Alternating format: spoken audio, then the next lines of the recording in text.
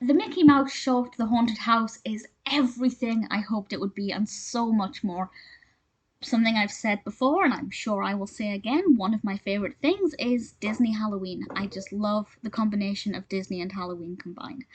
And this is just exemplary. This was released in 1929, directed by Walt Disney himself, and obviously we have Walt Disney as the voice of Mickey here, with some fabulous atmospheric music by Carl Starling, and the animation here is primarily by Ub Iwerks.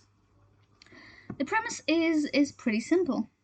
And what I like about it is actually it harks back to one of the earliest, I think the first Silly Symphony, with the skeletons. We have some animation from the skeletons now woven into a Mickey Mouse cartoon, and I love it. And the fact that this is black and white, it's black and white because it's a product of its time, but it works so well.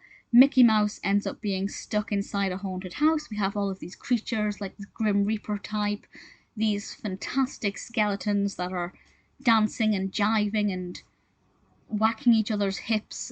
It's bizarre animation, but it's absolutely fabulous.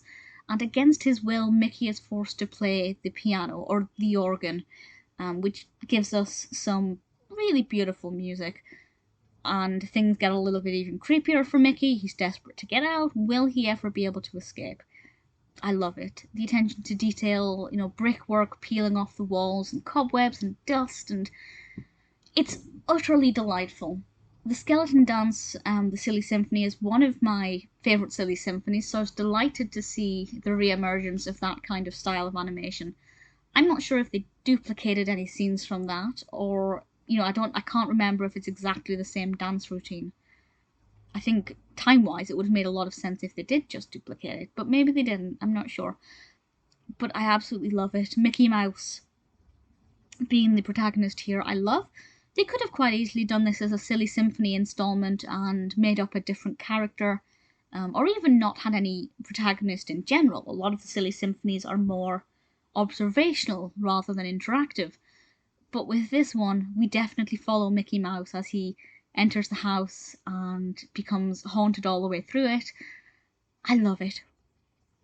It's a lot of fun. The scene where the chamber pot randomly appears made me laugh more than it probably should have done. I genuinely thought this was adorable, very well animated, brilliant music. Not one of my all-time favourite Mickey Mouse shorts, but from the 20s, I think it's definitely a contender for being my favourite.